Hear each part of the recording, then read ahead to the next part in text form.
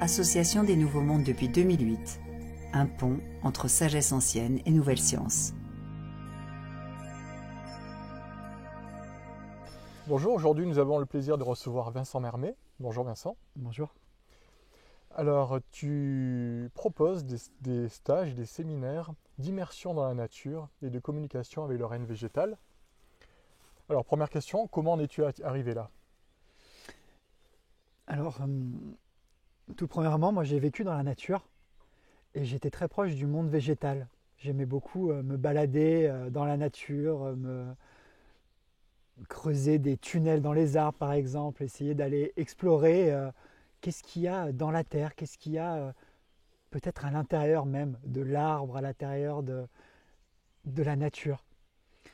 Et j'ai été tout de suite attiré du coup par la nature et j'ai fait des études d'agronomie.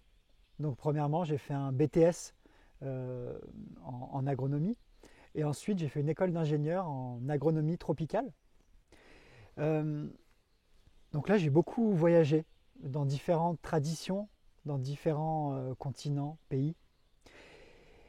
J'ai exploré la permaculture notamment. On peut l'appeler permaculture, c'est plutôt l'agroécologie que ces peuples pratiquent encore. Ils ont un lien vraiment intime avec la terre et avec des pratiques ancestrales de culture aussi, en respect avec la nature. Et j'ai aussi rencontré la médecine traditionnelle à Madagascar notamment, où j'ai travaillé sur un projet de recherche sur l'ethnobotanique et l'ethnoécologie, à la rencontre des savoirs et des usages des plantes médicinales et des pratiques aussi de guérison et de soins des différents tradipraticiens. J'ai aussi voyagé en Amérique du Sud, où j'ai découvert aussi plusieurs hommes médecine ou que j'ai accompagnés, que j'ai essayé de comprendre comment ils relationnaient avec le monde du vivant, le monde des plantes notamment, et la nature. Je me suis formé aussi à différentes pratiques, dont la bioénergie, la géobiologie, où j'ai fait quelques initiations, l'herboristerie, où j'ai fait une année. Et je suis aussi formé en quelque sorte au jardinage, ce que j'appelle co-créatif. C'est un jardinage en conscience avec les intelligences de la nature. Donc là, j'ai été formé dans une ferme en Dordogne, où j'ai rencontré cette pratique de profonde connexion avec un jardin et son jardin intérieur aussi. Donc de ta démarche d'ingénieur agronome, tu t'es ouvert à beaucoup plus de plans subtils. Voilà, donc j'ai vraiment cette base assez structurée, on va dire, de l'ingénieur agronome qui comprend, qui cadre, qui est très scientifique en quelque sorte. Et ça m'a ouvert vers d'autres dimensions parce que j'ai vu que cette approche-là avait un sens seulement si je pouvais aller dans des dimensions qui sont, on peut dire, invisibles, qui sont subtiles de la nature et de l'être. Et tout cela, ça m'a amené aussi à déployer une conscience de mon corps. Donc j'ai fait des formations et là je continue à me former notamment dans le mouvement, la thérapie par le mouvement et la danse, et des pratiques qui sont notamment des pratiques psychocorporelles, donc qui permet vraiment de comprendre comment fonctionne le corps humain avec toutes ses dimensions à l'intérieur. Et donc tu t'es décidé un jour de pouvoir communiquer toute ton expérience et ton savoir à travers des séminaires ou à travers des stages. Voilà, ça fait 5 ans à peu près que je fais des séminaires, des stages. Au début, c'est venu, déjà j'aime beaucoup conceptualiser mes expériences intimes. Donc c'est parti de là. Comment je peux créer un format, un cadre pour mettre une forme de concept pour ensuite pouvoir amener les autres êtres à explorer ce langage subtil et magique du vivant. Que tout le monde possède en soi. Exactement, exactement. C'est un langage qui est intrinsèque, qui est vraiment intrinsèque à tous les êtres,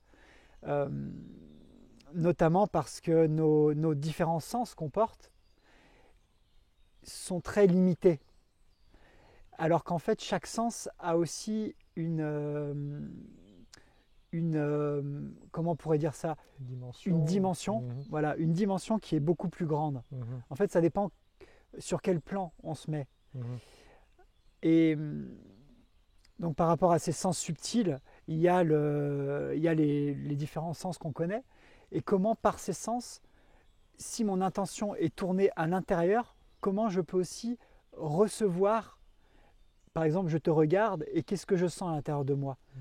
Quel est cet échange finalement, ce donner et recevoir, et qu'est-ce qui se crée entre deux êtres? Et donc toi, tu proposes ça à travers aussi une communication avec le règne végétal.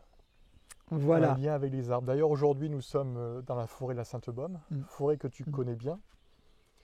Et donc, tu peux amener les gens à pouvoir communier avec la nature, comme par exemple la nature dans laquelle nous sommes immergés aujourd'hui. Voilà, on est dans la forêt de la Sainte-Baume, une forêt vraiment qui porte quelque chose de très magique, parce que c'est une forêt relique, c'est une sorte de forêt primaire qui est très rare, et je me sens porté par beaucoup de plantes qui ont une grande force ici. Et la terre aussi a une grande force, il y a tout plein d'histoires. Et oui, ce dialogue avec le végétal, comment il est venu? En fait, il est venu dans mon approche avec les plantes médicinales. Je me disais, j'arrivais pas à mettre mon nez dans un livre, ou alors qu'on me dise telle plante, ça sert à ça, ça sert à ça. J'ai eu cette approche-là, mais il me manquait quelque chose. Et je me suis dit, je sens quelque chose, je suis sûr que je peux relationner avec le végétal et sentir à quoi il pourrait servir. Donc au début, c'est parti comme ça. C'est parti à comment je peux connaître à quoi elle peut servir pour moi, en tout cas, pour me guérir ou pour manger. Donc c'est parti comme ça. Donc déjà par l'observation, il y a un grand pas qui est fait, c'est par l'observation sensible. On appelle ça l'observation sensible parce qu'on peut observer les différentes dynamiques des éléments dans une plante. Donc quand la plante va pousser, elle va commencer déjà à pousser vers la terre. Il y a cette graine qui est dans la terre, et il y a l'élément terre. Donc il y a des plantes qui sont à tendance élémentaire, elles vont être tournées vers la terre. Elles vont être charnues, elles vont avoir des racines, par exemple, fortes. Ensuite vient l'élément eau. Donc l'élément eau, c'est la rondeur, c'est le déploiement, le mouvement. Ensuite vient l'élément air. L'élément air, ça permet d'ouvrir, d'alléger, de rendre subtile la matière.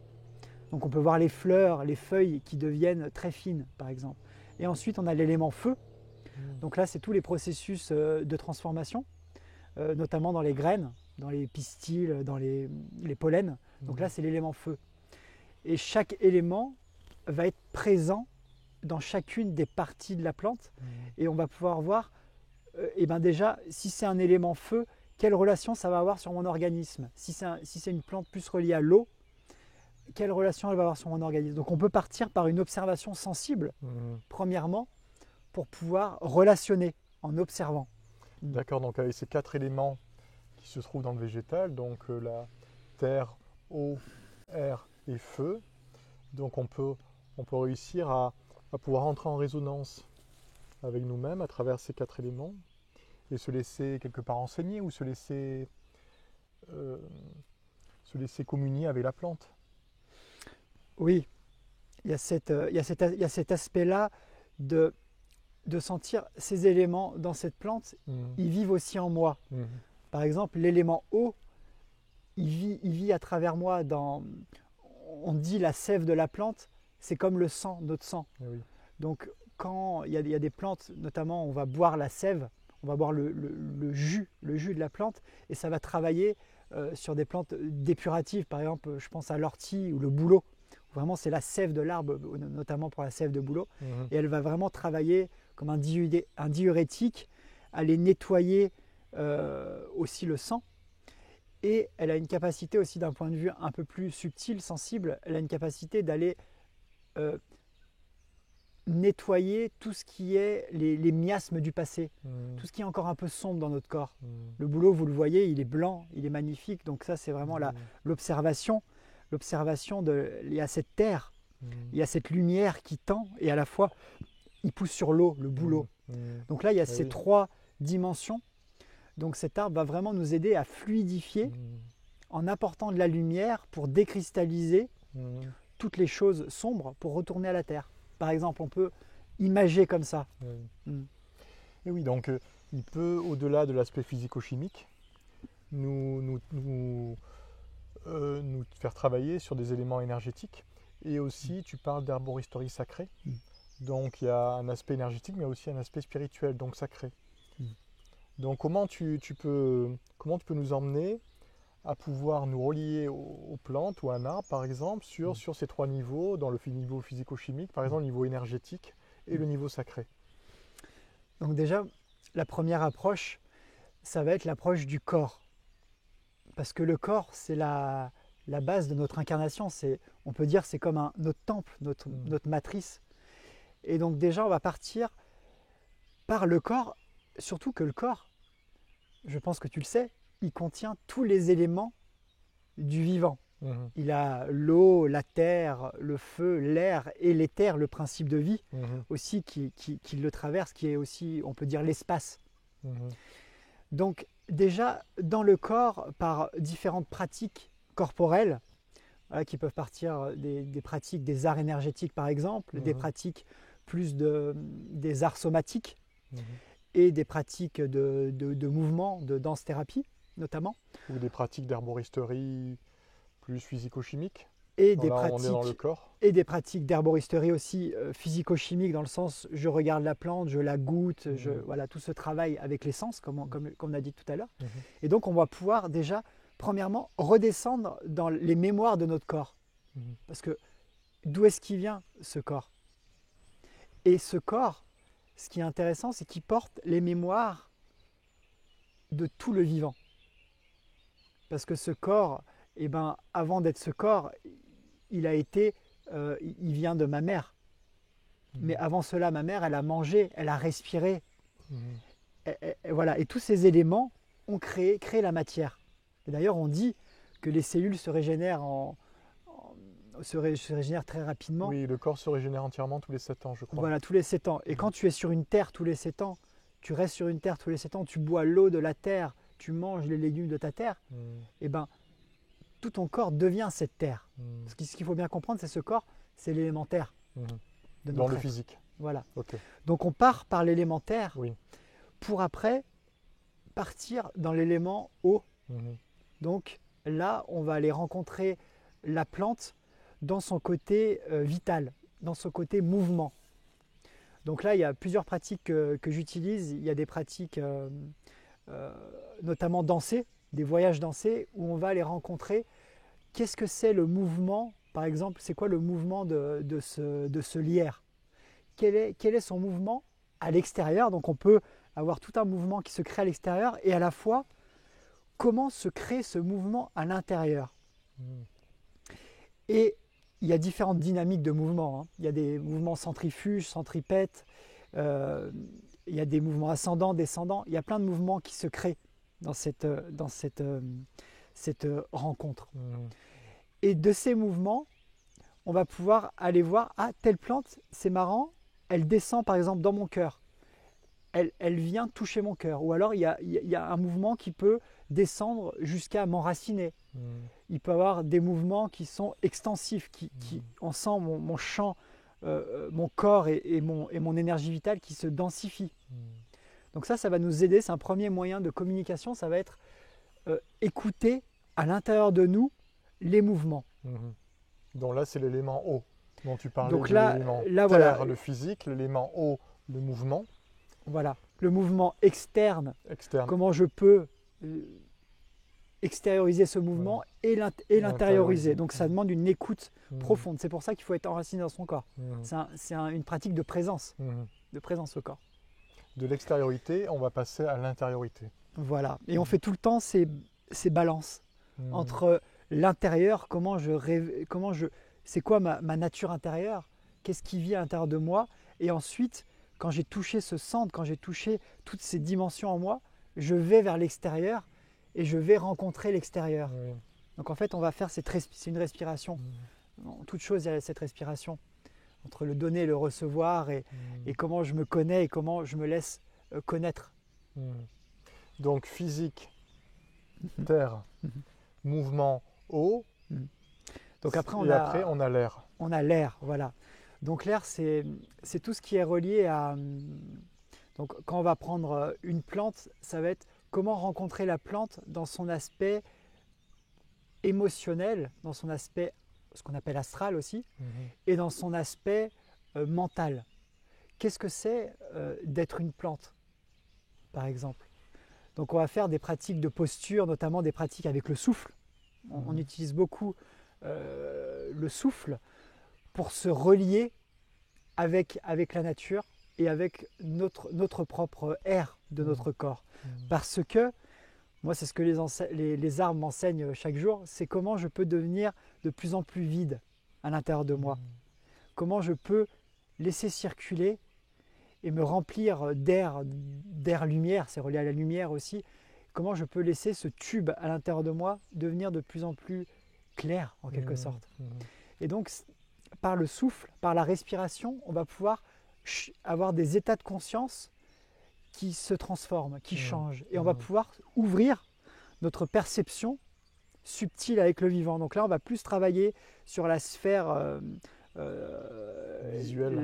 visuelle, la sphère aussi du cœur, parce que l'air aussi pour moi, c'est cette sphère de relation. Donc comment je relationne avec l'extérieur, avec un humain, une plante. Donc ça va être cette sphère-là. Et la sphère aussi visuelle, comment je peux ouvrir mon champ à commencer à percevoir aussi les champs d'énergie par exemple. Et commencer à percevoir en voyage intérieur comment la plante, par des symboles, elle m'enseigne. Wow. D'accord. Donc on a le physique, la terre, on a l'eau, le mouvement, on a l'air, le souffle, et c'est pas fini. Et c'est pas fini, non. On a l'élément feu. Et oui, qui est le dernier élément. Qui est le dernier élément. Plus élevé. Voilà, qui est le plus élevé. Pourquoi c'est le plus élevé? On dit parce que le feu, il est incorruptible. Le feu, on peut pas le polluer. Il est impolluable, le feu. Et cet élément-là, en fait, dans la nature, cet élément feu, il vient à toutes les phases de transformation. Par exemple, dans la plante, avant que la feuille sorte, il y a le bourgeon. Là, il y a changé de phase. En fait, le feu, il permet le passage avant que la graine, entre les étapes, elle germe. Il y a un processus feu, la graine, elle monte à des températures de nature, voilà, assez grandes. Et donc, au dernier stade de la plante, à une température assez élevée, à la graine. Et en fait, tous les éléments vont se condenser dans la graine. Donc, et ils vont mourir. Et petit à petit, la plante, tu as vu une plante à l'automne, elle condense toute sa force dans la graine. Et tous les éléments, toute la plante, elle se laisse mourir en fait. Parce que tous ces éléments-là sont faits condenser dans une petite graine. Je ne sais pas si tu imagines la force que ça a. Et cette graine, elle se retrouve entre terre et ciel en fait. Elle se retrouve, elle a toutes les informations qu'elle a puisées de la terre. Et là, elle se retrouve, et toutes les informations qu'elle a puisées aussi du ciel. Et cette petite graine, elle est au milieu. Et on peut dire, dans le langage que je mets avec l'herboïste sacré, cette graine, c'est notre être profond, en quelque sorte, entre terre et ciel. Comme si on est des enfants aussi de la terre et du ciel.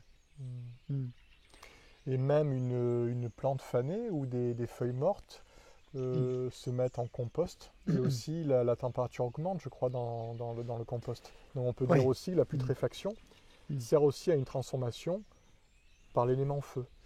Exactement. Donc là, on retrouve cet élément de transformation, de changement de nature. De changement de nature, oui.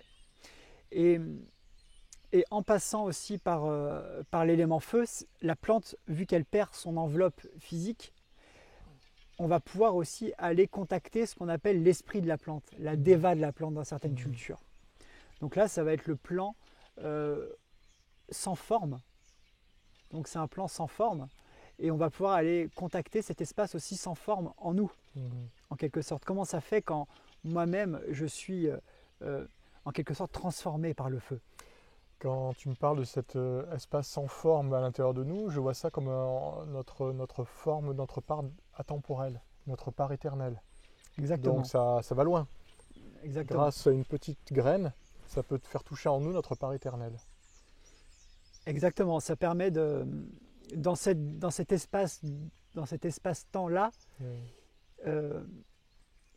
il n'y a plus de passé ou de futur en fait. On est dans un espace-temps avec toutes les dimensions qui sont alignées. Et donc c'est ça qu'il faut bien comprendre quand on parle d'esprit des plantes. Et nous-mêmes, on est en contact en perpétuel, on est tout le temps en contact avec les esprits des plantes, des éléments, des êtres et des hiérarchies aussi spirituelles. On est tout le temps en contact avec ça autour de nous. Mais ça dépend de notre perception. C'est comment j'ouvre mes champs pour pouvoir recevoir les messages. En fait, on est dans une grande toile. On est dans une grande toile où tout est interconnecté, tout est interrelié. Et je chemine sur la Terre comme un humain. Et à la fois, je peux aller chercher toutes les ressources dont j'ai besoin. En fait, c'est un peu, ce que je dis, c'est un peu, on parle du 5G beaucoup, mais là, c'est le 5000G ou beaucoup plus. Parce qu'on est connecté dans un grand réseau d'informations. Et nous sommes potentiellement tous des récepteurs et de ce champ d'informations immense. Et on est tous des récepteurs. Et d'ailleurs, tout ce qui est vivant est récepteur. Est récepteur parce qu'il y a une polarité yin dans la Terre et une polarité yang. Et par ces deux polarités, ça crée un courant, on peut appeler un vortex, et qui crée des informations qui descendent des plans du ciel, on peut dire ça comme ça, qui passent à travers notre corps et qui descendent dans la Terre, informer la Terre. Et la Terre aussi a un plan, a des informations à nous transmettre. On parle de l'esprit de la Terre, de Gaïa, a des informations à nous transmettre pour retransmettre vers le haut. Donc comme tu dis, on est des antennes. Et c'est ce que j'ai remarqué de la particularité notamment des arbres, c'est qu'ils ont cette force-là de verticalité et ils ont cette force-là de réunir la terre et le ciel. Comme si, sans les arbres, eh ben, c'est un peu leur message, c'est qu'ils ont cette capacité de capter les différents plans cosmiques, on peut appeler ça comme ça, les différentes informations qui viennent du cosmos. Hein. Quand je dis le cosmos, il passe par le Soleil, parce que le Soleil est un catalyseur de toutes les énergies cosmiques, et donc il capte cette information-là pour la redistribuer sur Terre, pour qu'elle soit assimilée sur Terre. Donc c'est vraiment, ils permettent d'assimiler l'information dans les plans de la Terre et aux humains aussi. Parce que nous, on fait partie aussi de la Terre. Donc, en travaillant avec les arbres aussi, ils nous révèlent, ils nous réactivent des mémoires, des informations essentielles en fait. Essentielles. Et des capacités qu'on aurait également comme les arbres. Nous sommes aussi des capteurs et des émetteurs. Exactement. Exactement. Quand on commence à rentrer dans cette dimension d'être un humain debout, entre terre et ciel, ce que j'appelle aussi un humain sacré, divin, et ben on rentre dans cette fréquence-là.